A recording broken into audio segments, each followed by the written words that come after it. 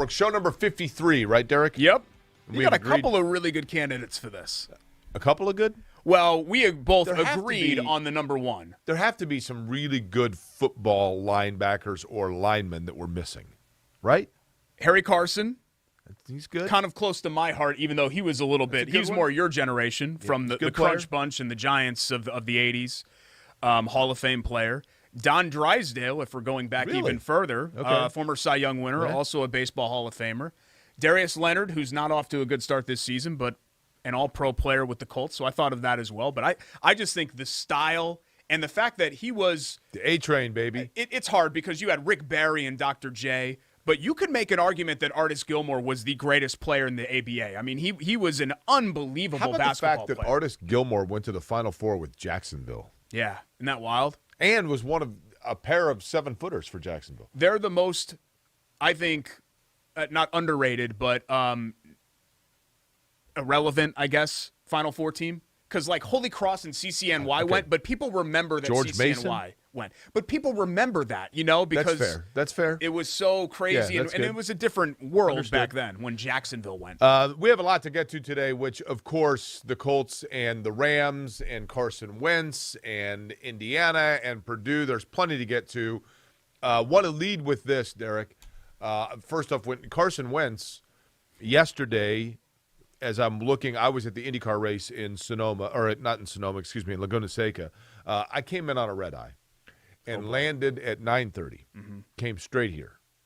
So I slept a little bit on the plane. The little nozzle thing I couldn't turn it off, and it was like 55 So degrees. it's just blowing icicles right on your It was face. horrible. From San Francisco to Chicago. Left San Francisco at 11:45 at night Pacific. So like 8 hours ago. Went through Chicago, got here. So I did try to, I haven't shaved. I've got a weird You look fine. sunburn going on. No, you look good. I've got, because I had but somehow, can you see this? I've got you probably can't see it. I've got a scratch wound. I don't know what happened. I woke up in a great mood. I don't know what happened. I got a scratch mark on my head. You pick up a cat or something on the I don't know. over the weekend? Yeah. I don't know. But as I was working the IndyCar race, I'm looking on my phone to follow the Colts game. And, of course, I realized it was injury. But I saw that Carson Wentz, I saw all of a sudden that Jacob Eason was in the game. And so you know what I thought to myself? What's that? I thought the Colts, you know what they did? Gave him the hook. Arr. Yesterday was Talk Like a Pirate Day. We were the first ever to do this Talk Like a Pirate Day before everybody now knows about it. I wish you wouldn't Long include John me Silver's with is this. sending stuff out. And people love the Talk Like a Pirate Day. All year long. We got gassed out in January. People are like, oh, it's too bad because we're just 9 months from Talk Like a Pirate Day. People love the Talk Like a Pirate Day. Literally, they do. I often miss the radio show. It was a happy time in my life. That is one of the things I absolutely do not miss about the radio Why? show, National Talk Like a Pirate Day. In fact, I used to schedule vacations around that, if you remember. And eventually, one of our bosses, Rob, told me, hey, you can't be out of the studio. It's September. It's Colts season. Like, we need you. Yeah. Okay. And so I was forced to be there like the last 7 years of the show. I took it off in 2012 and 2013. I was off those 2 days. It was great. We went to the apple orchard. I didn't have to deal with you. It was wonderful. Memorable days for me. Do you know what the first letter of the Colts quarterback's name and the first letter of the Indianapolis Pro franchise's mascot have in common? Yeah, it's what? The C. The C. Yeah, great. Wonderful. See, All right. we can do this all day. Let's Talk get like this a pirate all day. Let's get through this. Okay. We can do this. Kind of Every like your once in a while- flight. We can soldier through it. Well, let me And the tell you air something. conditioning. Icicles coming up. I had 3 layers on. I was like, It's bad. It was like playing and I'm straight to somebody that likes automobiles. it cool. I'd much rather be cold than hot. Oh, but it was it's brutal. I've been on planes like that where you're like, oh my god, why is it 20 degrees in here? it was not you know, fun. it's rough. Okay, let's begin with this. The latest on Carson Wentz in terms of, Derek, the reality is because the Colts are 0-2, I don't, and I'm not trying to be like blind optimist homer guy. I mean, when it comes to the Colts, I'm anything but a homer. I don't sweat if they're healthy the fact that they're 0-2 because they've lost to 2 really good teams. I realize that Seattle lost to Tennessee, but still, there's no shame in losing to Seattle and losing to the Rams. No, I agree. They put themselves in position now, though, where they need to win all the games that they are supposed to win. A lot of that depends on the quarterback position and the health of Carson Wentz. Yeah, all of this entire conversation we're going to have today is predicated on the Colts having a healthy Wentz, which has been a tough ask if you look back at his career because this is a constant thing for him. But the latest, and we're taping this around lunchtime on Monday, the latest from Ian Rappaport, and this was from 10:30 this morning, Wentz is dealing with injuries not just to one ankle, but both ankles. And he's having tests to determine the severity of the sprains. So he uses the term sprains, not breaks, yesterday, even though sprains can be very problematic too, as we've seen. So I hope that when you're watching this at, 7:45 tonight, because this show now debuts 7:30 Monday, YouTube, ISC, everything else. I don't know why I pointed the camera. Yeah. I hope that this information isn't dated. Like, we don't get on here and Carson Wentz has both feet amputated at 2:30 this afternoon. Well, that would be problematic. I just want to give people kind of a proper scope of where we are and what we know where we sit right now. By the way, can I point out one thing that has nothing to do with the Colts, and then I promise we're going to stick with the Colts and IU? Yeah, as long as it's not Pirate related, absolutely. What's that? As long as it's not Pirate related, you absolutely can. I'll give you permission for that. I'm actually kind of proud. So today is Monday. Yeah. So the last time that I went to bed and got a night of sleep was Saturday evening. Mm-hmm. I mean, I'm pretty proud of myself here. Yeah. I look presentable. I think I sound presentable for right now. You know? No, 100%. Like, I mean, my bar... Except for right in here. The beard makes my face look fat, and then there's a weird... But, I mean, other than that, though... No, I agree. And I hair commend looks you. Good. My bar, admittedly, is extremely low for you. So just you showing up is a victory. As far as I'm concerned, that's how I've always treated this show. Will Jake show up? Do you know yes. what Okay, he is physically here. Great. Do you know what I'd ask for if I came to your bar? What's that? Rum. Okay. Okay. Do this all day. Was it yesterday? Was Talk Like a Pirate Day? Yes, it was sometime. I was on the West Coast, so from a time standpoint, it's still Talk Like a Pirate Day there, which is where I was yesterday. But let's get back to the original point, and I feel like we're going to be doing that a lot. Yesterday's performance was a much better performance than Week 1. If we're just talking glass half full stuff, the Colts played with and had opportunities to beat, and if we're being honest, probably should have beaten one of the best teams in the NFL, certainly one of the best teams in the NFC, and a contender in the Rams. They left points on the field. The red zone offense was just a disaster. The first drive was great, and then, you know me, Jake, I've been a Frank Reich defender on the show, but you run 3 times. You basically run 3 dives, first, second, and third down. Like, what are you even doing? Of course you're going to throw on fourth down. The Rams knew exactly what was coming. Does Frank Reich fall victim to, and I think a lot of coaches, this happens, but in particular when coaches become labeled or tabbed as kind of an aggressive innovator or an outside-the-box guy. I think Jeff Braun, this happened with too early at Purdue.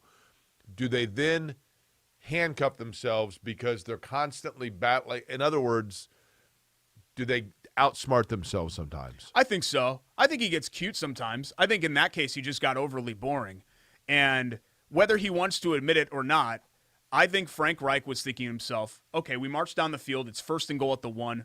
We're pounding this ball in. Let's go. Let's set the physical tone right now. We're going to punch you right in the mouth. One of the NFL's best fronts with the most dominant defensive player in the league in Aaron Donald. And this is what we're going to do to set the tone. And he stubbornly, I think, wanted to run the ball 3 times and look, like that and get it and punch it in. And of course, they didn't do it. The Colts have a big problem. And that big problem, aside from the health of their quarterback, the Colts have a big problem in the fact that their offensive line is a disaster right now. Yeah. And that includes both sides of it. The right side, you're moving guys over. The left side. Yeah, Brain Smith didn't play. Yeah, I mean, Fisher, I realize it's the first, time that he's been seen, so you get a pass there, but you got to be better on both sides all the way around. Yeah, Eric Fisher is you on this show. He's physically present, but was he really there? You know what I mean? Like, that's kind of how I felt about that. I don't know, maybe. Okay. I didn't see him in 55-degree planes. You had 3.5 NFL linemen on the field yesterday. Correct. And that's tough to have that. And Julian Davenport, God love him, he's a backup tackle for a reason. A lot of people are saying, well, why didn't they find a backup tackle? Those don't exist. Well, they do. It's Julian Davenport. Well, that's the thing. You can barely find 64 starting caliber NFL tackles right and left. They don't exist. It's like quarterbacks. You know what I mean? Right. Like, why don't you have a great backup quarterback? Because great backup quarterbacks, for the most part, don't really exist. So I'm not going to kill Ballard for that one. But you're right. All these things that we thought were strengths for the Colts, notably the offensive line and the interior of their defense, right? The teeth of the defense, the linebacking core, right? We thought it was going to be really good, like Darius Leonard and Bobby Okereke, and it have been severely disappointing so far. And 2 games. Yes. But 2 games can still be a schedule outlier. If 4 games becomes a pattern. Well, 4 games, I mean, if the Colts start 0-4, it's over. I'm just saying in terms of the problems they have. Yeah, I agree. Now, a month is a good sample size to go on where a correct. team starts to show you who they are. Correct. One thing that I was thinking about, I looked yesterday, and I'm not trying to compare the level of experience here, but in Chicago, Fields got on the field against Chicago and was not great. He had a QB rating of 30-something. Mm-hmm. In Jacksonville, Trevor Lawrence was a disaster yesterday. 14-33, he threw 3 picks. He had one really nice touchdown throw. He's got talent. Yeah, for whatever it's worth. Don't kid yourself. He's got talent. In New York with the Jets. Ooh, rough. Yeah. Young quarterback goes out. Yeah, Zach Wilson threw like 4 picks in 10 attempts, I think. All over the place. Yeah. Look, it's the hardest thing to do in sports. Mm-hmm. And we can knock on, and there is plenty to criticize about Carson Wentz. But even though he is not Andrew Luck or Peyton Manning, clearly he is a competent quarterback. And he is a guy that I think he did not look terrible. I think he has already shown in Indianapolis why Chris Ballard decided that was the guy that they wanted to try to run with. Yeah. Because he is mobile. He can get off the hot starts. He's a great arm. He does. He has a great arm. And so you realize, look, these are really talented guys I'm talking about. Those rookies I just mentioned, all of them, very talented guys. It's a totally different game. The NFL is totally different. And if everybody could just come out and immediately just be on the treadmill and off and running, Peyton Manning in his first year was 3-13. Mm-hmm. Arguably the greatest quarterback of all time. Tom Brady in his first year was holding a clipboard until Drew Bledsoe got blasted, and then eventually he gets on the field. And now, of course, he is a Buccaneer. And even Brady, Jake. Brady wasn't the Brady that is the all-time great Hall of Fame quarterback until like 5 years in. Totally. Totally. Yeah, they won a couple of Super Bowls, but Totally. Tom Brady really started to take off and ascend 06-07. My point simply being, in evaluating Carson Wentz with the Colts or evaluating Eason, if Wentz is out and Eason comes in and people are going to say, well, he's been there for a year now. It's a really tough position it is. to be in. I think what surprised me about Eason was that he was almost, you had 2 minutes, which is a lot of time. I think they had 2 timeouts and the warning. He was almost treating it like, hey, there's 40 seconds left and we got to score a touchdown here. Like, just take a bunch of checkdowns. But you kind of guess why, right? don't you? I mean, you can understand why. I can understand why. I thought that second down throw was way over aggressive. National Football League quarterback, I've said this on this show or variation of it 100 times. A National Football League backup quarterback is a donut tire. It is if it can get you to the next exit or let you finish out the week without major disaster, it has done its job.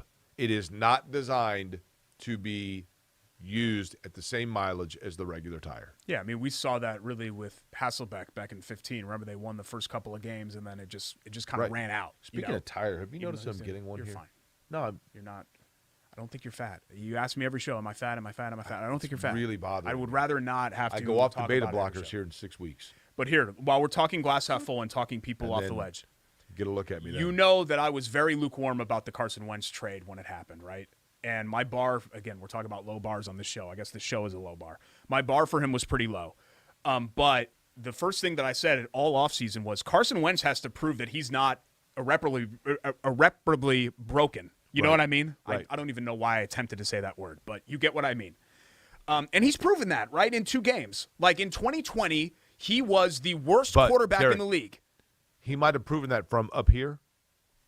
But what's the other concern with Carson Wentz? Of course, physically is the concern. But for me, I was actually more concerned with, is Carson Wentz still an NFL starting caliber quarterback. And at the very least, he's proven that. Now, we can get into, how good is Carson Wentz? Can he be top 10? Can he be top 12? Top 12, I think. I think he can be an upper half NFL quarterback. And with the rest of this roster the way that it is, I think that should be good enough for the Colts to be good. I do. I don't think this is a great roster. And I've remained consistent on this. And the 0-2 start has nothing to do with this. I don't think this is a great roster. I think it's a good one. And I think if Wentz can be good, they're fine. The problem is that people here locally made this into like a Super Bowl contending team. And if Wentz is good, they could be a Super Bowl team. And we'll talk about this, Jake, because this is going to be a reoccurring theme. The Colts' big problem is that their best players... Just recurring, right? Yeah. Did you say reoccurring? Recurring theme. But I think you said reoccurring. It's just recurring. This will be occurring again and again on the program. Yeah, see, it was an unnecessary and extraneous consonant. Fine. We'll get that in post, Jordan. All right, 3, 2, 1. This will be a continuing theme on the season and on this show, is that the Colts' best players are at unimportant positions. And, do we need to evaluate where this team is? Because I think we'd all agree that unimportant positions. The depth... Pass rush, so edge, I know you hate that word. Quarterback, even though we think Wentz is going to be pretty good. Dynamic playmaker on offense. Who is it? I hope Michael Pittman is a wide receiver one. I mean, Jonathan Taylor's good. Is Jonathan Taylor some game-breaking sort of talent? Shut down Paris cornerback. Campbell again is a question mark. Health-wise. Left tackle. Like, those are the big, critical, important positions. And instead, you're great at guard. You're great at, defensive tackle, which is, it's great to have DeForest Buckner. Understood. But you need somebody that can really kind of disrupt things and get to the quarterback. Observation, yeah. The other thing that I thought Indianapolis would be able to do more effectively so far, and until they develop a pass game, this is how it's going to be. I thought they would be a better running attack. I really did think this was Yeah, but I be think a it solid, goes with the line, Jake. It goes with the line, and it goes with keeping a defense honest. You can load the box at this point, right? Yeah, I think if you're an opposing defense, Jake, you can do whatever you want, I think, against this that offensive line the way that it is. I thought the defense kind of found itself yesterday. I do wonder, though, and I know that you weren't able to see the game because you were at IndyCar. I thought Matthew Stafford was off. He wasn't sharp. And if he was sharp, the Rams probably win in a runaway. So I think part of the defensive success was Stafford. Do you have a boo-boo? Did somebody hit you? You got a fat lip? Did you see this? No, I didn't get hit. It looks like maybe somebody might have punched you. I never get hit. I'm too quick. But I was making pancakes on Saturday, and I got a special it's pancake only spatula on Amazon. So it's designed I think like NASA designed it to flip a perfect pancake, right? It's really light, but it's metal. NASA has way bigger things to be worrying about. But it's metal, and it's not plastic. NASA is trying to send camera pictures back from Mars, and you're telling me they're working on a pancake spatula? Don't quote me on that, but I think that it was from NASA. I went through the reviews, and I don't know. Some of it was NASA ever going to use a spatula? Some of it was in Chinese, so I wasn't even sure why they referenced NASA at all. They drink Tang for breakfast. That's it. They don't like. You think they're anyway, the space station? They're making pancakes. Listen, long story short, I had a plastic spatula before that was inadequate for flipping pancakes. It just was. It did not flip pancakes well. So I got a metal one. The pancakes fall off. So I'm making. No, I'm not going to get into the inadequacies. If you cook at home like I do, you live in a 2-bedroom apartment alone. You go to Shannon, she cooks. Like you never have made anything in your life. We don't make pancakes. Making pancakes Saturday, metal spatula, piece of pancake falls off a little bit. It was my fault. The batter, the consistency. I'm still kind of working on the formula. There's no nutritional value in a pancake. Just relax, okay? Can I tell my story? Okay. So I flip it, and a piece breaks off, and I'm like, oh, that looks like a tasty little, kind of. It's cooked just right where it's a little bit crispy on the edges but soft in the middle. So I pick it up with the metal spatula, and just like I used to do with the plastic spatula, I just ate it off of there. The problem is that this is a metal spatula that's been on a hot pan. So I burned the heck out of my – it actually hurts to touch. I put ointment on it this morning. Burned the heck out of my upper lip. And it sucks for me. I think it's different for me, Jay, because I have very soft lips. So I think that the injury is actually more – I've been told that at least. Was there any the burning smell of hair from the stash? No, it didn't actually. It would have been better if it got up in the mustache hair. It just got this really soft tissue right here, which it's a blessing and a curse. It's a blessing because I have just gorgeous soft lips that, like I said, people have told me that. I don't want to get into further detail. Maybe we could do that off the air if you're really interested. But among the many attributes that I have in that category, that is one of the attributes. And I think that's why it singed a little bit more than a normal lip. Like maybe, I don't know, you don't look like you have nice lips at all. So maybe yours would have been different. Okay. Yeah. Okay. But I take really good care of them. I mean, they chat very easily. As is evidenced by the fact that you're eating off a hot spatula. I have a morning ointment. I have a nighttime ointment that I put on them to maintain that. And you can't really see because the mustache Jack hairs. Blacks? Do you use the Jack Blacks? But you could see, like, this Keels? Do you use really the Keels? Nice. Really nice. I don't know what that is.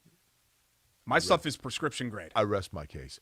What do we have to get to today? We got a lot to get to. Yeah, we have a ton to touch on. We'll talk more Colts. And where do they go from here? Because next week at Nashville is really kind of already. I know it's September and it's overreaction still. It's a season-defining game for the most part for them with where they are right now. Feels like a boulder in the stream, yes. 100%. Indiana just blew a really big opportunity on Saturday. And I'll admit, I got the wrong read on the Purdue-Notre Dame game. You did. Got the wrong read. Telling you about Notre Dame. I'm gonna tell you again about Notre Dame. So we'll talk about that as well. All right. It's Query and Schultz, episode 53, and it continues next here on ISC Sports Network.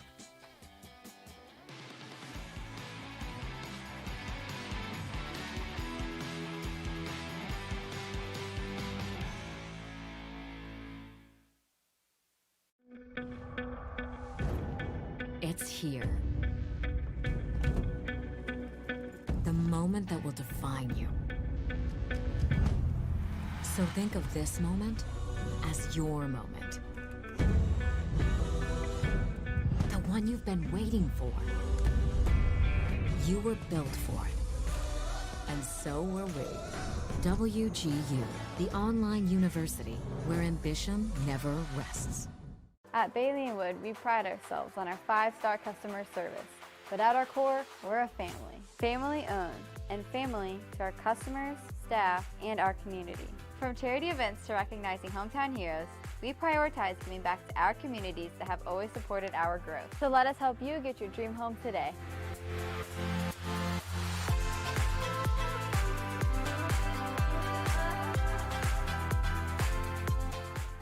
Shot at the buzzer. She got it! Oh my goodness, what a shot! Brady, hello! Did it again. Hello! Made the highlight reel again. That goes to Mentor and all kinds of room to run. Down the middle of the field, and he will not be touched. Jackson, hello! There we go. Stokes throws it, caught, ball ricochets. Wow. A huge hit. Wow. This has been an amazing display of goal scoring.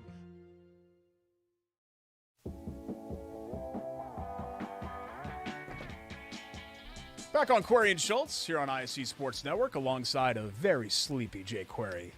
I'm Derek Schultz. Do I appear sleepy? No, you actually seem fine. If you didn't say anything, I wouldn't have known. Really? I mean, outside of the spare tire on here. The spare tire is bothering me. What But you're here's the talking about. thing. You look fine.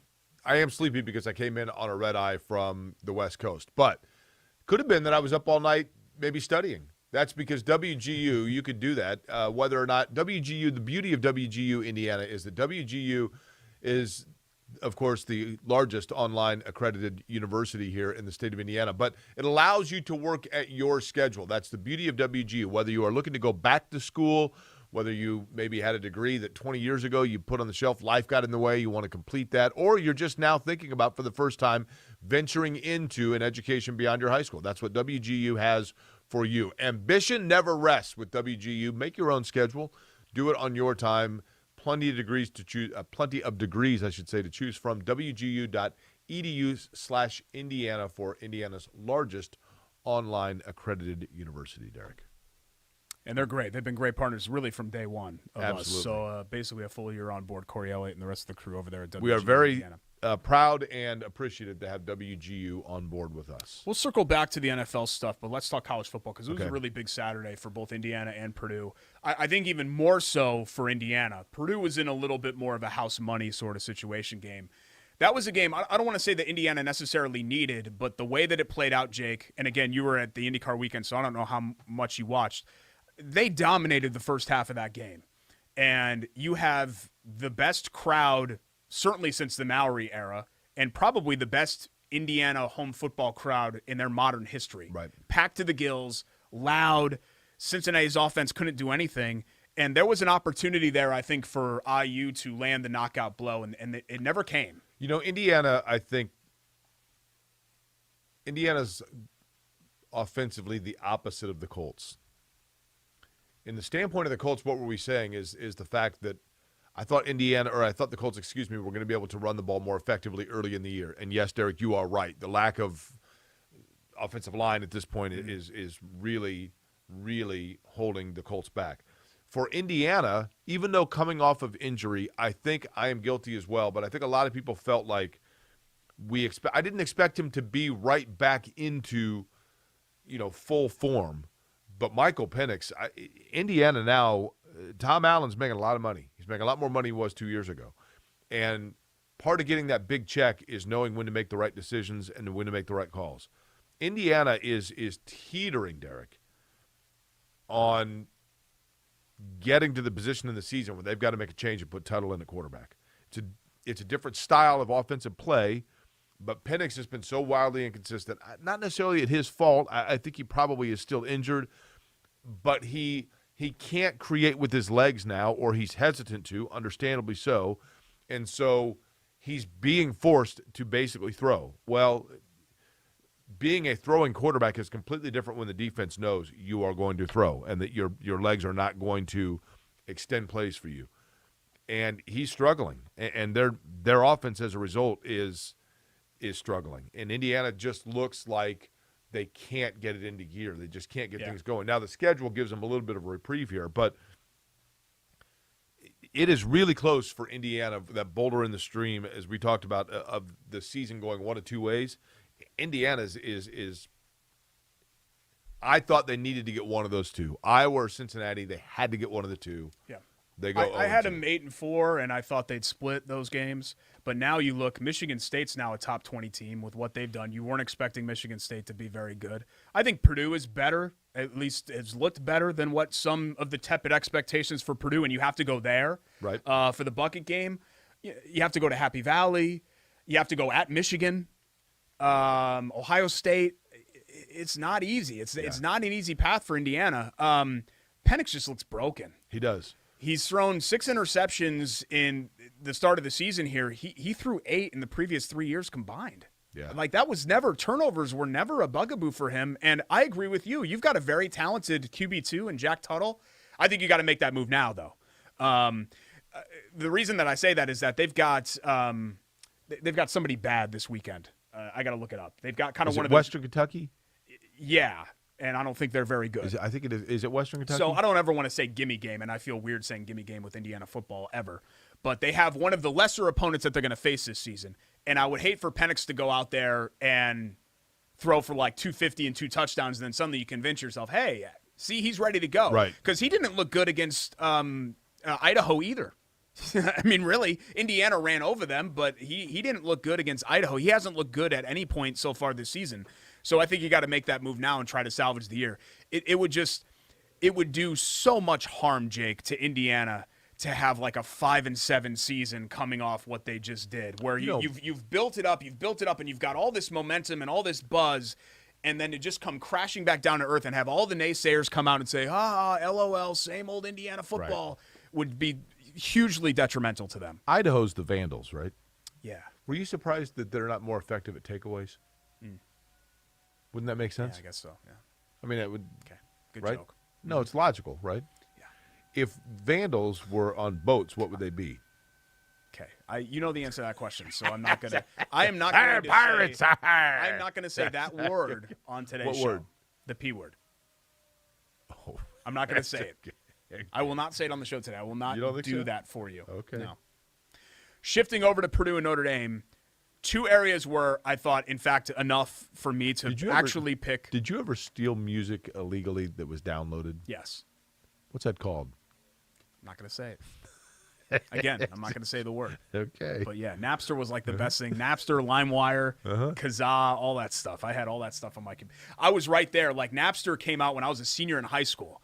So that was like right in my wheelhouse of, oh my God, like you can find all this stuff online. The internet was a very different place back then. So it was shocking that you could download all that stuff. A lot of what was going on.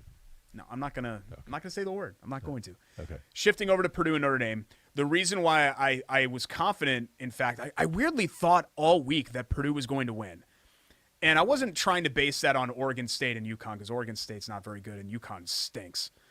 But I thought that Purdue matched up well in that their big playability with David Bell and their defensive front against what had been an overwhelmed Notre Dame offensive line against two not very good teams in the first 2 weeks in Florida State and Toledo. And yet both of those things never really came to fruition. Notre Dame really did a nice job of limiting David. He had that one spectacular catch, and I know he left the game with injury. Thank God it sounds like he's going to be okay, because that was really scary. But he had that one catch and didn't really do much else. And Purdue's front had some success. Notre Dame didn't run the ball great. They had the big play with Kyron Williams that really kind of broke the game open. But for the most part, those two areas were areas that Notre Dame neutralized. And I know that it was kind of a close game. Jack Cohn missed on a couple of home run throws that really would have. And Lenzy had the drop in the end zone. I mean, that very easily could have been a 3-touchdown victory. Notre Dame is going to end up in the college football playoff. No, they're not. Well, they're not. If they go undefeated, they're in. Probably, but they're not going to go undefeated. Who's going to beat them? They're going to get beat, Jake. They have a lot of teams on their schedule that are their peers. Like, I would put them on the same level right now with Wisconsin and Virginia Tech and That's all fair. those teams. So you think one of those will? I do think that. I think this is a 9-ish win Notre Dame team. The weird thing right now about college football is that everybody, even Alabama, looks beatable. Yeah. And Oklahoma and Nebraska was a fairly close game. Oklahoma has really not been impressive. And How about Spencer Clemson? Rattler. Clemson was lucky to survive Georgia Tech. And you know this, Jake. Georgia Tech is bad. I know. They're not. I know. They're not no okay. Question. Like, if Clemson did that against Boston College, you'd kind of say, okay, that happens. It's a long Clemson season. has no offensive line either. Georgia Tech stinks. Yeah. And Ohio State has real problems right now too. Yeah. What's with Ohio State? I mean, you're going up against a Tulsa team that was 0-2, I believe, that lost to one of the teams that Tulsa lost to. I'm like, wait, do they play football there? Who? and Ohio State struggling the most of the game. Now they end up making it lopsided at the end, but way closer than it should have been. Of the teams that have really kind of impressed so far, I think you'd have to say, Alabama, Georgia. Iowa didn't play particularly well, but Iowa's not really built to run away and hide from people, I just think the 2 wins that Iowa has are pretty impressive. They just destroyed Indiana, and then they really kind of kept Iowa State at an arm's length that entire game. But Iowa's another one. I mean, they're not going to run the table, right? I don't think so. By the way, you were talking about Purdue. Have you seen Purdue's baseball program? Well, yeah, I know it exists. Is that what you mean? But do you ever see anybody that's wearing a Purdue baseball hat? No, they've produced some MLB players, but I've never seen a Purdue. You've never seen a Purdue baseball hat? No. Google Purdue baseball hat. Is it cool? Is it just the Purdue P? What is it? I want you to see what you think of it. Purdue. This is the Purdue baseball program. Their uniforms. I know you like Purdue Pete a lot, but let's see. It's all the regular P. No, that's not it. No, you got to put in the baseball. Purdue baseball hat. What do you want me to type in? Purdue baseball. Just put Purdue baseball. Purdue baseball. There's a yeah. I mean, Purdue baseball hat that Jake Query likes. All of their players are wearing the hat with the Purdue P. They've redone the hat. This is their logo, Jake. This has always been their logo. No, it's not. Put in 1995 Purdue baseball. Oh my God. Or 2000. Purdue baseball 1995. The hat that Jake Query likes. Yes, hold on. Enter. Let's see. What do you want me to do here, man? This is all. When did they redo Here's this? one with the train with the Boilermaker special. Is that what you mean? No, they've redone these forever. They had the replica hats of a major league franchise. Why are you sabotaging the show? I'm not. I'm just saying they had a. Let me. I'll find it and we'll come back to that. Table that. Weird, random. Well, for now it is, but the payoff. The payoff is where people say. The payoff always stinks. The payoff is payoff always stinks. And then they say to themselves, Derek, because I get emails about this a lot, and we've had meetings about it. The payoff is where people go, and that guy's doing that on no sleep. You think it's great, but the payoff stinks. If you think so. So wrapping up, Indiana, I think it's time to, if you especially had them in the 10-win, that ain't happening. You really need to adjust your expectations there. But I still think that Indiana has a path forward. It's just their margin for error is like 0 now, and their schedule looks tough. I think Purdue's going to be fine. The name of the game for Purdue is bowl eligibility. For a long time, it was for Indiana. It was get to 6. I don't care how, just get there, and that's where I'm at with Purdue. And I think Notre Dame, this is a season-defining stretch, starting with Wisconsin at Lambeau. If they could find a way to get through this stretch 3-2, I think that they're right in line to have potentially a 10-win season. Do you think is Indiana at risk of not being bowl eligible? I'm not ready to go there yet. They still have a lot of talent. But, yeah, I don't think anything is off the table. If Penix is going to be this bad and they're going to stubbornly stick with them, then they can lose a lot. Here's the legendary Purdue uniform. I don't get what even made this pop into your head. We weren't talking about Purdue baseball. I'd like to know. When you see that hat, you think of what team? That's not a Purdue hat. Who is it? It's a Pittsburgh hat. Pittsburgh what? The Pittsburgh Major League Baseball franchise. Which is? Hat. The Bucks. Bucks. Yeah. What is a buck? BUCS? No, a buck is an assistant, is it not? No. Yeah, a buck is an assistant to the main guy. What is this? Like you're pulling rank of... You're a Buccaneer, which would make me what? That's not true. Okay. First off, we're equals. Second, there's not a rank on a P ship. There's not like a ranking system. It's not like first lieutenant and look up Buccaneer. The guy that swabs the Look decks. up Buccaneer. I'm fairly certain the Buccaneer is the trusted. Robin would be a Buccaneer if Batman was a pirate. Buccaneer definition. Okay. A P word. Originally of the Spanish-American coast. A daring, adventurous, and sometimes reckless person, especially in business.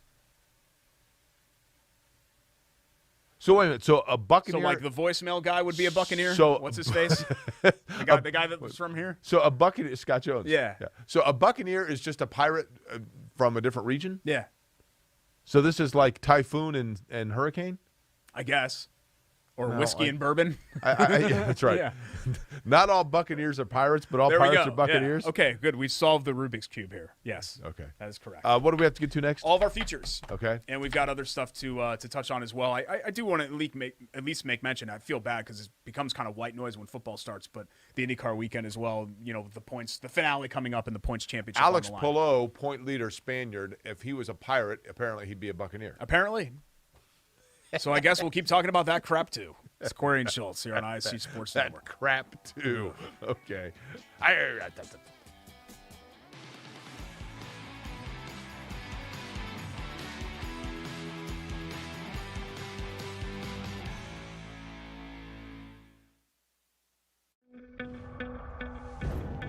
It's here. The moment that will define you. So think of this moment as your moment. The one you've been waiting for. You were built for it. And so were we. WGU, the online university where ambition never rests. Meet Kate. She has a lot to juggle. Family, work, it can lead to trying days and tired nights. But we know Kate, and at Indiana Members Credit Union, we know at some point her space at a premium life may change. IMCU is here to help Kate and you find your space. Now, add on or remodel with an introductory rate of 1.9% APR on a home equity line of credit. Today, it's all about Kate. Tomorrow, it's all about you. Because at IMCU, it's you that matters. McCulling in time. Oh, no! It's good. This one is caught. There you go. Wow, Dawson makes a great catch. Spin, win, 3, bury it for Leland Walker. Tie the game they do with the dunk by Malik Edmonds. What a play. Oh, my goodness. I feel a little momentum starting to fall Ellen's way. That is Wrestler! Wrestler! Whoa! Welcome back. It's Corey and Schultz, ISC Sports Network. Thanks so much for joining us on this lovely Monday evening, even though it's a losing college football weekend, I guess, unless you were a Notre Dame or Indiana State Even Ball State got beat up pretty good at Wyoming. Wyoming. Yeah. Beat them up pretty good. Yeah. I was with Alex Wolf, who was a Ball State guy, and I said, hey, look up the Ball State score. And I really did think that Ball State between Wyoming and Penn State was going to get one of those two. And he told me, he goes, well, there's 57 total points scored. I said, 30-27, Ball State won. No, that's not it. Yeah, I mean, I knew they weren't going to win in Happy Valley, but I was hoping they'd have a better performance in Wyoming. But Wyoming laid a lot of points on them. They did, for sure. Our IMCU Player of the Week. It was a little bit easier to find one. I don't think there was any standout performers last week in that loss to Seattle. I think this was a more encouraging performance for the Colts. And that's what we're doing with Indiana Members Credit Union, kind of making it a Colt Player of the Week because it says Indiana in their name, right? That's right. Local businesses, and that's what we like to support, Indiana. That's what we're all about. And so are the folks at IMCU. Michael Pittman had a really big day. They really need him to be a wide receiver one, and 6 catches, 128 yards, showed some of that playmaking ability. I think he's going to be a really good NFL. I'm not sure that he's a true dynamic number one type player, but I think he's going to be a really good and productive receiver for a long time. I like him because he can be a stretch receiver for you, but he also is a guy that you can work into, slants and across, almost a possession guy that then you get in space because with his speed he can go beyond that. You know what I mean? So you can run him in a crossing route, you can run him deep. I think he's got a lot of versatility and showed a lot of promise. You and I talked about it, Derek. Last year as a rookie, there was enough there to look at and say, okay, this guy's – I think he's pretty good. Yeah, the bummer of it is that, you lose Paris Campbell again. He had an abdomen injury, didn't play, and it's just – you hate to bury the kid, right? But it's just one thing after another with him, and if he can't be healthy, then – And I want to make sure what are we doing? That I'm clear here. This in no way, shape, or form is this an indictment at all on Ohio State. It's not. I mean, it literally is a fluke thing. But it is bizarre, the Colts' health history with former Ohio State players. Yeah. I mean, now who's the fellow that was a video game addict? Quinn Pitcock. Was he Georgia or Ohio State? No, he was Ohio State, if I remember right. Yeah. But Anthony Gonzalez, Roy Hall, Mike Doss to an extent. He was a decent player, but Malik Hooker. Yeah. Jack Mewhort.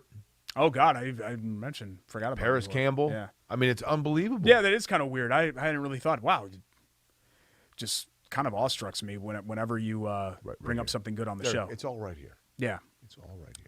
But Campbell, speaking of Ohio State, Terry McLaurin, who's right here from Indy, is really having a nice start to his career in Washington. Really good player. And DK Metcalf. And the real bummer of it, Jake, is A.J. Brown, who they're going to see this week with Tennessee. As good as that 2018 second round was, if the 2019 second round, the current trajectories are going to stick for Paris Campbell and Ben Banigou, that's a big, big whiff for Chris Ballard. Big whiff. Now, when Banigou, I don't even know. Did Ben Banigou play yesterday? I didn't even look at snap counts. Like he's not even being mentioned right now. I mean, the fact that he's even had a lot of on the healthy scratches. 53 man is, I guess, an accomplishment for him. In talking about players around the league, and one of them we're going to get to in Derek Carr. Did you watch? I don't think we've had a chance to talk about it. Did you watch the Peyton Manning, Eli Manning Monday Night Football? I did. Yeah. I forgot that was after last night's. Here are the two questions I have about it. Number one, it was fabulously entertaining and informative, and I mean it was great. Now, I talked to Chris Hagan about this, and I think Hagan made an interesting point when he and I were talking. He said it is awesome to watch unless you were a fan of one of the two teams playing, because then you do probably want to hear more about the game itself. Oh, yeah. I totally agree. But, it was just like sitting around in a bar listening to those guys talk, right? Two things here. Number one, does it have staying power?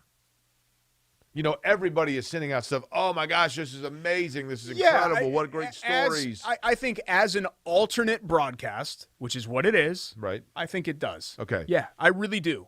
Number two. I don't think you needed Eli. I think you could rotate in Eli or have Peyton do it with Ray Lewis, and next week Peyton does it with Charles Woodson. You know what I mean? Like, that's, I think, the formula. No. I don't think you do Peyton and Eli every week. I Eli think that was would get good, old. though, because he's kind of the straight man. But don't you agree? Like, I think that I sent a tweet that said Peyton that. would be the centerpiece. I sent a tweet that said, having nothing to do with Eli Manning at all, nothing against him. And you'd have a rotating panel of other guests to join him. My other question is this. Did anybody else notice this? The audio engineer of it, they changed something. And by the fourth quarter, in particular when Russell Wilson was on, the gnats of the game were louder than the players. And so I'm trying to turn up like Peyton and Russell Wilson to hear what they're saying. But you're actually turning up the game. But it's turning up the game, and I'm like, no, I want to hear what these guys are saying. Yeah. It was hard to understand them a few times. I stopped because I actually wanted the game. I flipped to the game broadcast when things got close because I actually wanted – that's what I wanted instead. But I watched for 3 quarters. And, yeah, I think it has staying power for sure. I think the difference – what's so interesting to me is that – and I'm not knocking anybody that does this. I think it's great that fans and media are so knowledgeable now, and all 22 and all of that. You could watch 24/7, 365. All you could do is watch tape. And you could know ins and outs, X's and O's, blueprint, and map out exactly what everybody can do. There's a difference between knowing what's going on and knowing what's going on. I think the big thing that Peyton and Eli bring is that they lived it. So they really, really have. Well, you can't implement that sort of football knowledge and understanding into somebody that's never done it before. 2 things about quarterbacks that I think are really easy for guys like us or fans in general to not grasp. The first is how intricate it is. And you get that when you watch Peyton Manning. And I realize we're talking about the most intricate understanding in the history of the game. But Peyton and Eli are talking, and and Ray Lewis, and they're talking about formations and, who's the mic and sliding over. And, and you're thinking, you got like 8 seconds to process all that. It's mind-blowing. The second is how well a quarterback commands his teammates and whether or not when he walks into the room, everybody stops to make sure that they are doing what they need to help their team win because the quarterback is monitoring them. Peyton had that for certain. Yeah. A guy that I think has the respect of his teammates that I watched in that game, and I watched the way he handled himself in the interviews afterwards. Is he the best player in the world? Probably not. But I just have a ton of respect for the approach that Derek Carr has and the way that his teammates seemingly want to play for him and not let him down. And there was a lot of talk, Derek, about the Las Vegas Raiders moving on from Derek Carr when they made the move to Las Vegas, now that fans are in the stadium and everything else. But as we do our Sage Move of the Week each and every week, brought to you by WGU. Again, a Sage Move is going back to school, for example, or going online to wgu.edu/Indiana for Indiana's largest online accredited university. Pretty sage if you want to do that, and ambition never rests, and so therefore on your own schedule, you can go back and get that degree. But they bring us each and every week our Sage Move of the Week.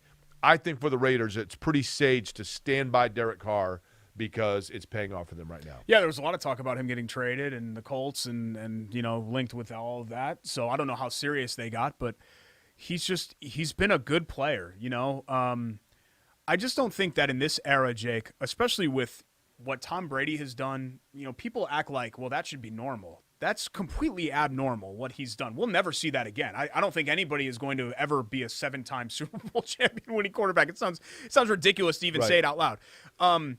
There were many guys back in the era, I don't want to turn this into back in my day, but in our era that had really nice careers that were appreciated for those nice careers. For me, Phil Simms was kind of that guy with the Giants, right? And I get that the Giants won a Super Bowl with Phil Simms. Ken Anderson, he won an MVP. Yeah, so he had that great year in 81. But Ken Anderson was never Dan Marino or anything like that, but he was a really nice quarterback. And, that's kind of how I view. Matt Stafford is the same thing to me. Stafford and Carr are 2 guys that are just kind of in this like middle tier where they're not elite necessarily, but they've always been good, and I think they've made their teams pretty good. I thought Stafford, all things considered. I thought Stafford's looking really good now, though, that he has some competition. I agree. But historically speaking, Carr has been with a better franchise. We're comparing the Raiders to the Lions, so it's not like we're talking about 2 world beaters here, right. But the Raiders, at least in their careers, the 2 careers have put some more talent around Carr. The Raiders, that guy on the helmet, Stafford he's got the eye patch. Yeah. Typically, eye patch is reserved for what other group of vandals, if you will? Well, I wore one for a while. I had a lazy eye that was being corrected, but I was not a vandal. You wore an eye patch? Yeah. What grade? 2nd and 3rd and parts of 4th. That must have made for an easy Halloween costume. No, I was a football player for Halloween. I was Dick Tracy for Halloween. I was never actually a P word. No. And I could have been. I mean, the eye patch was, not to be blunt, it was badass.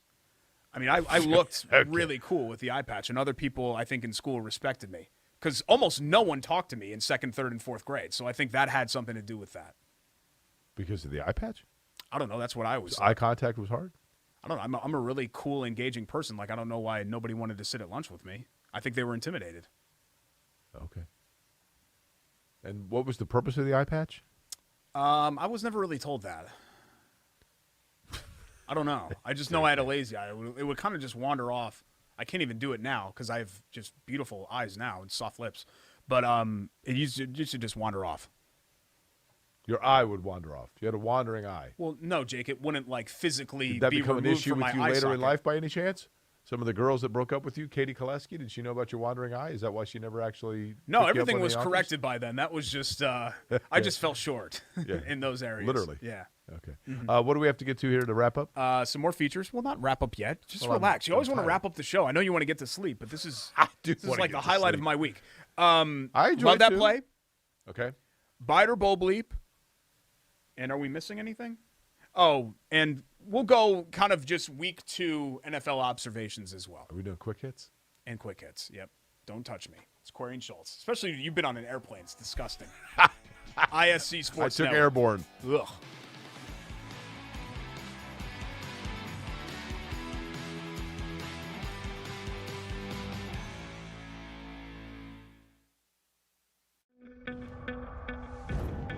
It's here. The moment that will define you. So think of this moment as your moment. The one you've been waiting for. You were built for it. And so were we. WGU, the online university where ambition never rests. At Bailey & Wood, we pride ourselves on our 5-star customer service. But at our core, we're a family. Family owned, and family to our customers, staff, and our community. From charity events to recognizing hometown heroes, we prioritize giving back to our communities that have always supported our growth. So let us help you get your dream home today.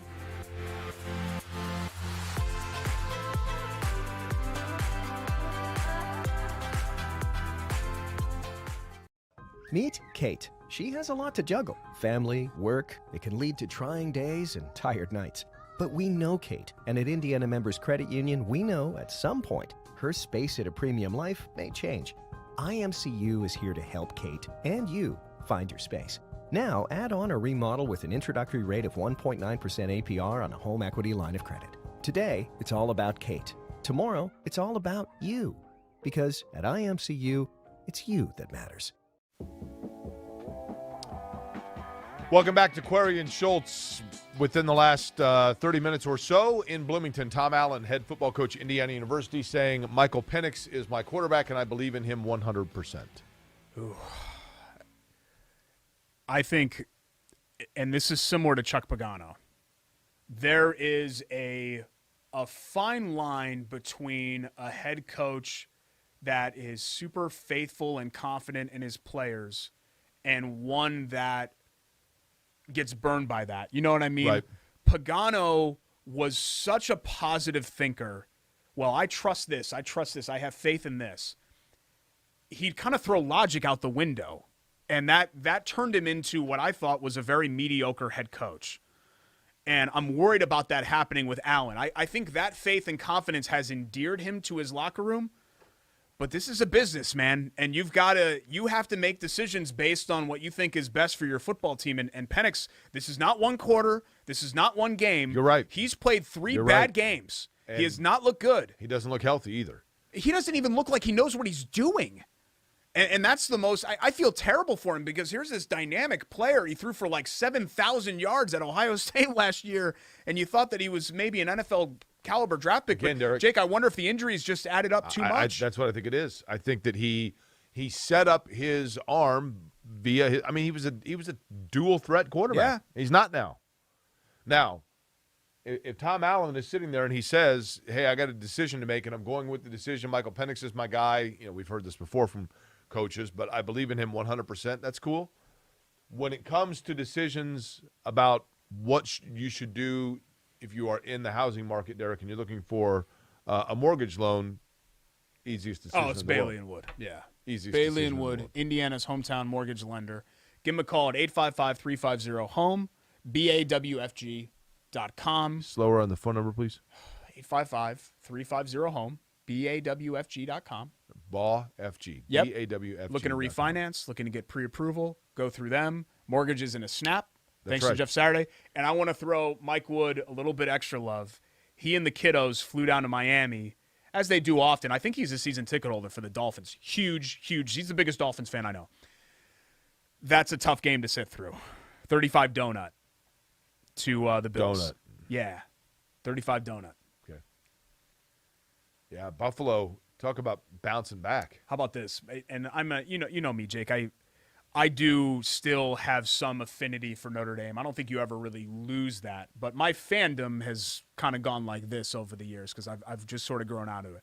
But when I was still a rabid Notre Dame football fan, my cousin, who was in Brooklyn at the time, he's in California now, he flew out twice to see Notre Dame play USC, and they lost 45-14 and 38-0. This was like the Matt Leinart, Mark Sanchez, like loaded USC teams, just destroyed Notre Dame. And you've been to games. I mean, you went to the Pacers games during the Brown Curtain era. Yeah, oh yeah. It's the worst thing in the world to be at a game where your team just gets completely stomped. I went to a Clemson game at North Carolina It's the State worst. and walked into the stadium and they were down 24-3 in the first. As a visiting fan, it's even worse. Yeah. I went to the Giants-Colts 2010 game, the home opener, Sunday Night Football, Peyton Manning's last season, and Manning threw like 6 touchdown passes, and they ran all over the Giants, and it was horrible. Colts fans were really nice to me, but it was horrible. Awful. Yeah. Bailey and Wood, not awful. BAWFG. That's right. 855. They are nice to you as well. But I'm sorry, Mike, about the Finns. Hopefully they'll recover here because that was and Jacoby Brissett was out there. Really? Yeah, because Tua got hurt. Threw 40 times for like 140 yards. It was like 4 yards per pass. A lot of bad quarterbacking performances yesterday. A lot of them. Yeah. So we wouldn't pick a Love That Play from a quarterbacking performance yesterday. But Love That Play is brought to you each and every week by the good guys at Love Heating and Air Conditioning. It is upon us, and by that I mean autumn, which means before you know it, cold weather. Want to make sure the furnace is going, maybe get it checked or cleaned, or you might just simply be in the market for a new air conditioning unit or new furnace. Love Heating and Air has been around for over 100 years in Indiana. Love-HVAC.com is their website. 317-353-2141. 353-2141 for Love Heating and Air Conditioning. Again, great product. Quality of product and knowledge of product is important.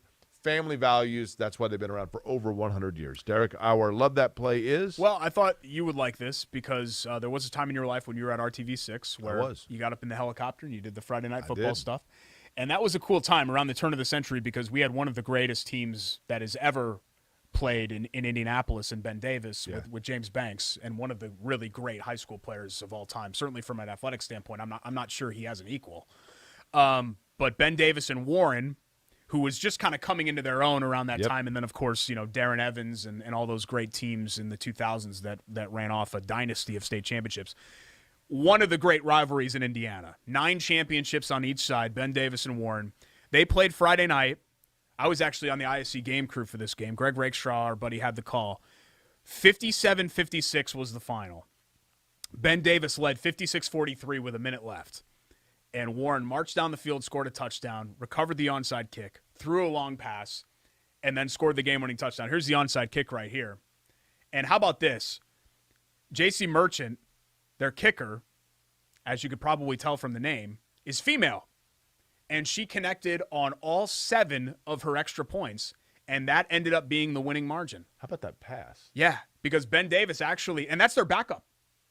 That's their backup quarterback that did that. Ben Davis actually missed an extra point. They had a couple other failed 2-point conversions. So if Merchant, there's her kick there, doesn't connect on all 7, that game goes into overtime and potentially they lose. But 57, there was like 1,000 yards of offense. It was an incredible game. Yeah, the pass play alone was. Yeah, it was a strike. Onside kicks. Well, Georgia Tech. I'm listening. I drove on Saturday after the qualifying for IndyCar. I was in Monterey, California, and drove 2 hours and 15 minutes south of Monterey to the intersection of California State Road 46 and California State Road 41, which is where James Dean was fatally injured in September of 1955. So I listened to the Clemson game on the drive down. And Georgia Tech went for an onside kick late, got it. Derek, when somebody lines up for an onside kick, you're thinking to yourself, you're like, well, they get the onside, it's over. You know what I mean? Like Clemson, they're going to onside, Clemson's going to get it, and the game's over. Yeah, you still have to score. No, I'm saying, like, as the team who is holding on, when someone onsides against you, you just take for granted. There's no way they're actually going to recover the onside kick. I always panic. I hate onside kicks. When I have the lead and you have to recover it, it's the most nerve-wracking thing that there is to me as a sports fan. Hate it. Because you always are convinced somebody's going to Hank basket it? That and lining up for what is a game-winning field goal where you're trailing. Right. Those are it's just the worst. Like even when it's like from 26 the Vikings. Yards. Did you see the Vikings? Yeah. Did you hear the announcer? Kickers, yeah. Thought it was good. I can't. We've had Paul Allen on the show. He has a wonderful voice. He's a great broadcaster. And I don't mean this to be critical. Different strokes for different folks. Fans I know connect with this. I don't like it when a play-by-play announcer is very, very emotionally invested in the game. Right. It is a big turnoff for me. I don't like disagree. it. I do not disagree. It's great to hear the homer calls and all that when somebody wins or somebody loses. No, what's happening? And Paul Allen's had a few of those over the years. But, yeah. They had a collapse against the Cardinals where they gave up a Hail Mary, and it's epic. Look up Paul Allen, Arizona Cardinals when you get a second and hear that call. Need the one when Brett Favre threw a pick and he was not happy? That too. Yeah, in the NFC Championship game against the Saints, who went on to beat the Colts. We got to end it up with Buyer to Bull Schultz, right? We do. No and then quick hits. Yeah. Quick hits, Buyer to Bull Bleep. We'll come back and wrap up this show next. It's Corey and Schultz. Even in my fatigue, I'm quick. What is that? It's my quick hits. Your stance is all off. Well, I don't usually punch that.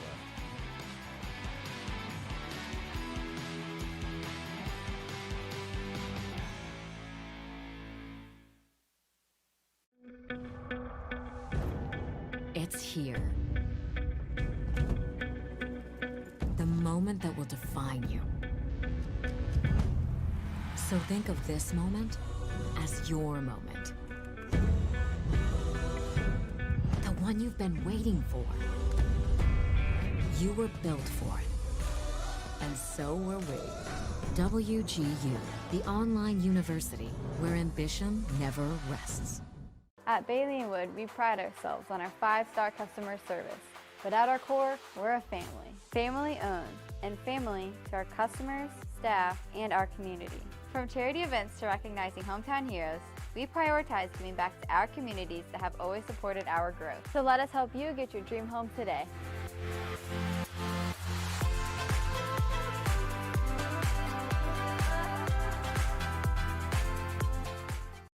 Meet Kate. She has a lot to juggle. Family, work, it can lead to trying days and tired nights.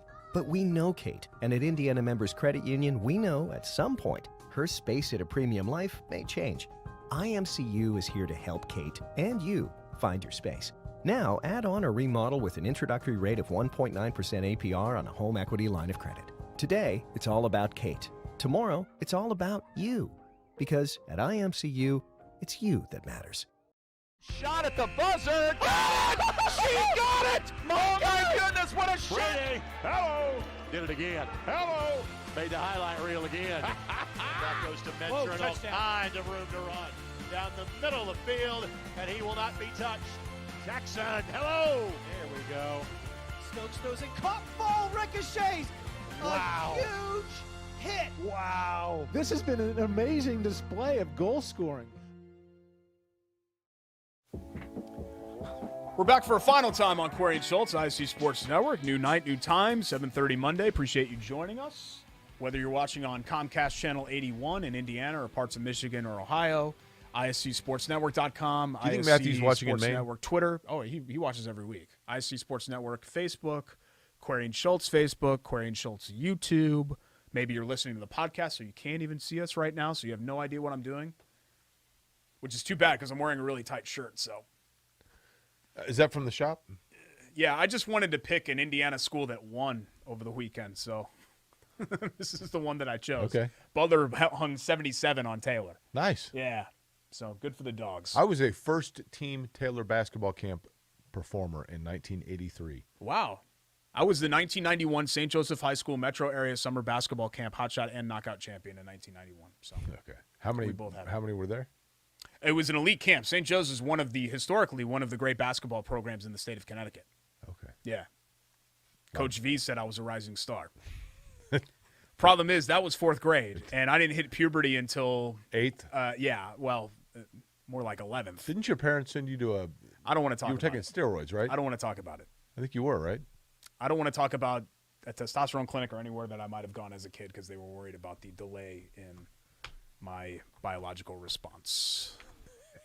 So, as you can see, everything ended up turning out okay. So, I didn't need any drugs for this, baby. This is all natural.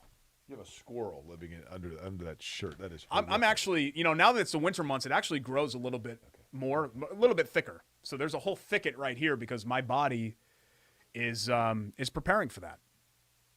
The problem is that it's also doing that in other areas. So I have to adjust things there. But they make trimmers and all that for. Okay. Yeah.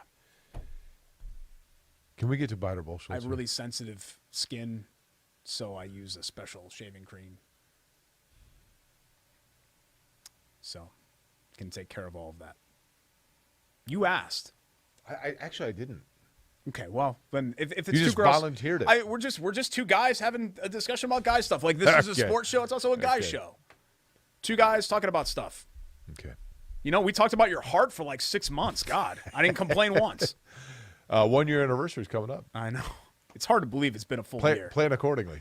Chateau Kitchens brings you this final portion of the program. And I'm sure they're thrilled they do. ChateauKitchens.com, at Chateau Kitchens Just out on of Instagram. curiosity, do they work on bathroom drains? At Chateau, well, it's funny that you say that. At Chateau Kitchens on Facebook, they do anything and everything in the interior of the home. Okay. Bathrooms, basements. I know it says kitchens in their name, and that is the go-to, and that's what they did at my house, Chateau Kitchens, our kitchen. But they can do anything. Home remodeling, cabinetry, the whole 9 yards.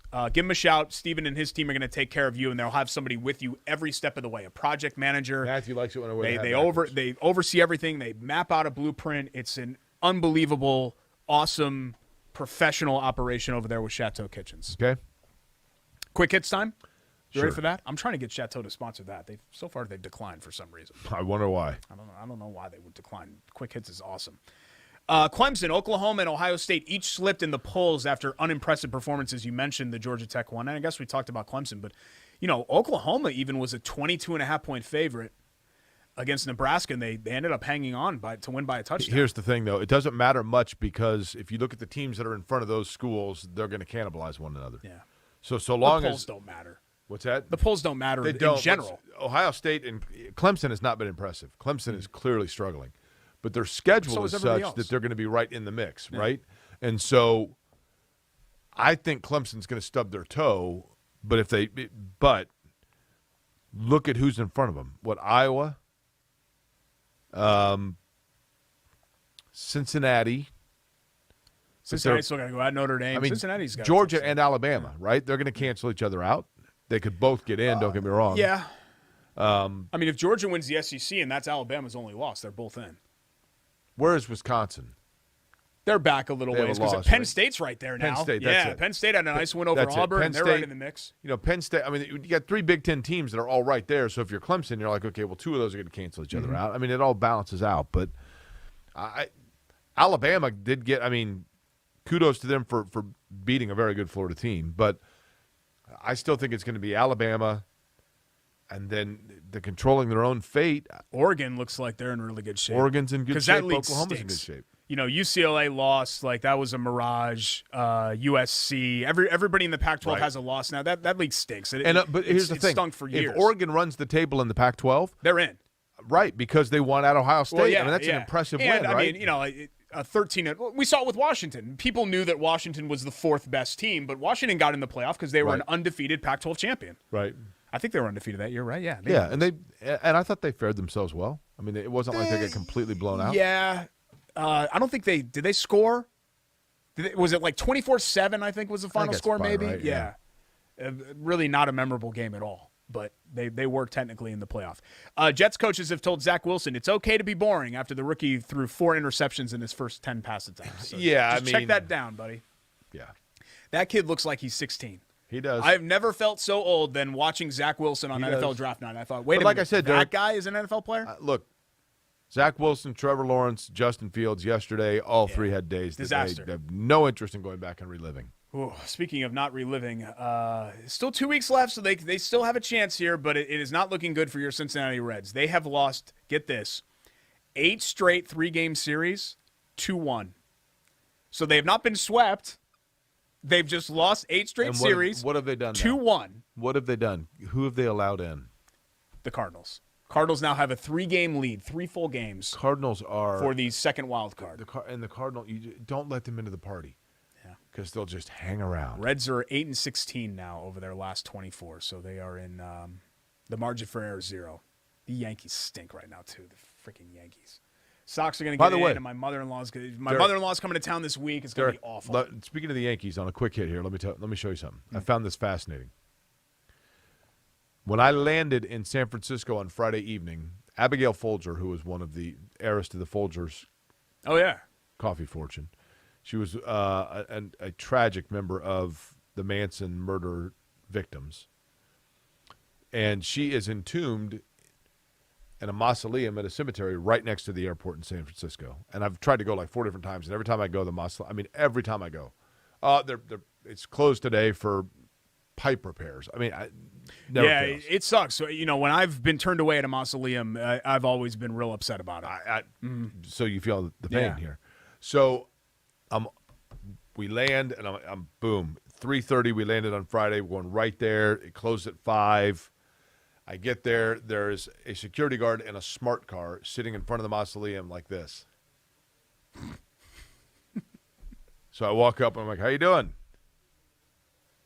And then he says, by the way, we closed at 4 today. What? It's 4:30. I go, can you let me in? I don't have the alarm combo. Ooh, that's just what they tell people. He absolutely has the alarm combination. So he then took me over to Joe DiMaggio's tomb. Oh, that's pretty cool. Now, here's what's interesting. I took a picture, which you won't be able to translate. It's California. All the famous people are buried in California. So every cemetery you go, there's a huge mega celebrity. Correct. Probably. No, right? you're right. But I found this interesting. So Joe DiMaggio, one of the, 3 greatest Yankees of all time? Yeah. And then he's buried in San Francisco. One of the 5, probably. Who's okay? Ruth, Gehrig, Mantle. Mantle, yeah. Yeah. So look who his neighbor is. I'm sure. I just found it coincidental. Joe DiMaggio is buried next to. Is that the Shea Stadium guy? I don't know, but it's Shea, S-H-E-A, and I'm like, what are the odds in San Francisco of 2 legendary New York baseball names right there next to Well, are you sure that it's Shea Stadium? Because Shea is a fairly common Irish name. What I'm saying is I don't think it has to do with Shea Stadium at all. I just think it's interesting that Joe DiMaggio, who was a Yankee forever, would be buried next to somebody who happens to have the same last name as the Mets Stadium. That's your big bombshell? Yeah, I thought it was cool. I don't see you going to Joe Shea's DiMaggio. like a really prominent last name. I understand, but Derek, there are also, how many last names are there? A lot?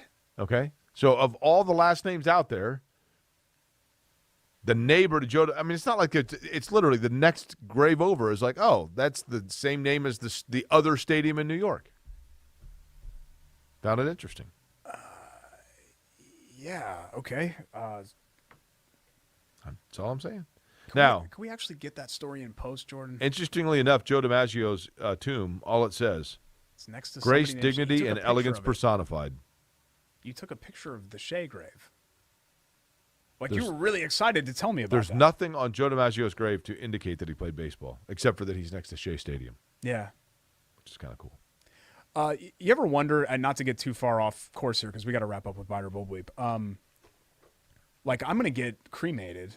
Are you? Well, I don't know that I'll be around. Well, no, but you're going to set your wishes, right? I've told my wife, I've told my family, God forbid something tragic happened to me. I told you. I think what I'm going to do, and I mentioned this before when we were doing the radio show, you thought it was weird. Why don't people have all their details ironed out ahead of time. Yeah. You'd like to be cremated. I remember hearing about this. I remember this segment. This was a fairly famous segment. People buy their own funeral plot, right? Mm-hmm. My parents have bought their plot at Crown Hill. They know where they're going to be buried. You know you want to be cremated. I think I'm going to go sometime when I've got a little extra income, which probably no time soon, and find myself a nice casket and just break it in. That's weird. Occasionally take a nap in it. Very weird. But I'm going to spend the rest of my life in it. Don't I want to be comfortable? See, I don't want a casket, though. Like, I think you're weird, so maybe you won't. Our generation and future generations, I think it's going to be less and less prevalent to even have like, honestly, what's the point at the, I love my pawpaw and two pawpaws. They're buried up in South Bend, but like 200 years from now. You got 3 plots up there? Who's going to visit my grandparents? Nobody around is going to be able to have any sort of real memory of them. I get it. I don't know. I did watch a video on YouTube of cremation. Yeah. Yeah, it's rough. I think it's just a little, I don't want to say selfish because to each their own, but to me, like, I'm not even worried about that. Like, yes, I want that there'll be, it doesn't matter what I want. They'll have this. There'll be a big funeral procession and they'll put my casket around Monument Circle and people have roses and cheer and all that. So I know that that's going to happen. But what actually happens to my physical body, just cremate me and scatter the ashes somewhere else. I don't know. Scatter them through Midtown. That's where my heart is. Through Midtown, okay. I don't know. My father-in-law I know will be in Maine. What was Query doing yesterday over at 30th and Andrew J. Brown sprinkling Derek's ashes? Well, he said he wanted to be in Midtown. That is technically Midtown. What's wrong with that intersection? It's not so bad. Nothing is. But what's the definition of Midtown? Midtown actually is downtown, technically speaking, Monument Circle. Midtown. No, it's not. If you go to midtownindy.org, then you'll see exactly the They're parameters wrong, of Midtown. because Indianapolis goes from Southport to 96th. The middle of that, Monument Circle. Okay, time for Buy It or Bullschultz, by the way, which Derek makes a statement, and we say whether we buy it or we consider it Bullschultz. Brought to you each and every week by The Shop Indy. TheShopIndy.com online or 918 Broadapple Avenue, as well as Clay Terrace. Derek is wearing his Butler shirt. That's right. They also have the now name, image, likeness of a number of different college athletes from Purdue, Ball State, Indiana, Trace Jackson Davis, David Bell here, Eric Hunter, you name it. They've got it at Ball State as well. They made some fabulous Ball State T-shirts for us when we were up in Muncie. So, The Shop Indy, TheShopIndy.com. Derek, statement ready number for this one? Yep. Spicy hot right out of the gate. The extensions for Chris Ballard and Frank Reich were a mistake. Buy it or bull boy. I don't know about mistake. I think it might have been premature. I'm still not sold on – I don't think either is bad, but I'm not sold that they are the end-all, be-all. This is lock, stock, and barrel, the right combination. I don't know that I'm sold on that yet. Yeah, here's my problem with Chris the Ballard's extensions. been given a pretty long leash. I don't really get the need to kind of do that like that, It didn't make a lot of sense. The timing of it didn't make a lot of sense to me. And again, we talked about Tom Allen and having belief. I think Irsay falls into that trap. Sometimes he believes in something so firmly that he's not willing to listen to logic. And look, I'm not saying that they need to. I think philosophically, and people can complain about the play calling, and some of those gripes are warranted. I think philosophically, Frank Reich is the right type of head coach. And Ballard has done – this roster is good. It's a better roster than it's been. The problem is that they're not good at positions that really matter. Right. And I think that's if we're gonna praise him for all his draft hits, I think we have to talk about Paris Campbell and Ben Banigou and some of the high profile misses. And what were they doing at tackle? Even if Eric Fisher is your solution, you had to know that it was going to be weeks until you had him available. And even then you didn't know. And his usual guy. To what level? So why didn't you draft an offensive lineman and have somebody come in? I think there are a lot of things that you can question there. Statement 2, at least half of the college football playoff field will be teams making their first ever playoff appearance. Buy it or bull bleep. So that'd be like, well, Oregon's been in the playoff. They were in the first one. Yeah, that's Bullschultz. Penn State. That's Bullschultz. Look at it this way, Derek. Who else are we even talking about? Ohio State's been before. Clemson's been before. Oklahoma's been before. Alabama's been Georgia's before. been before. Georgia's been before. Florida's not. If Florida ran the table. Okay, Cincinnati? Yeah, Cincinnati's not been in the playoff. There's another one. The problem here is if there's going to be a Pac-12 team, it's going to be Oregon, and they've been in it before. Yeah, you're right.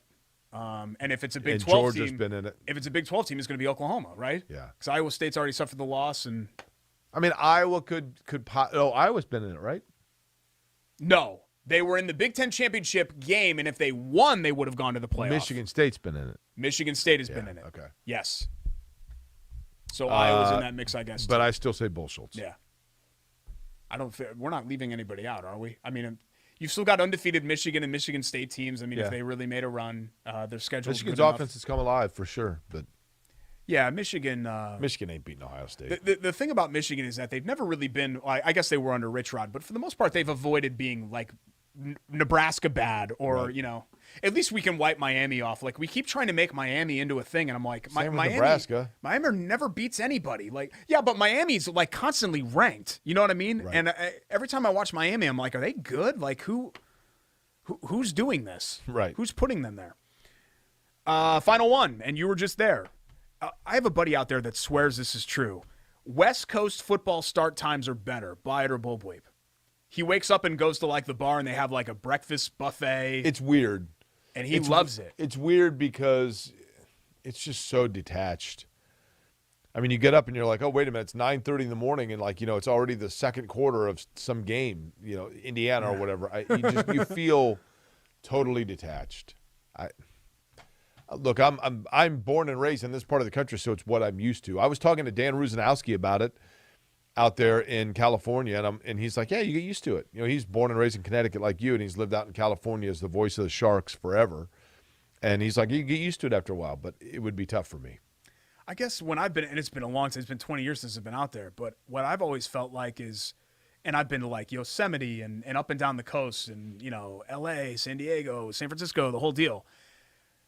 I can't imagine ever wanting to sit inside and watch TV.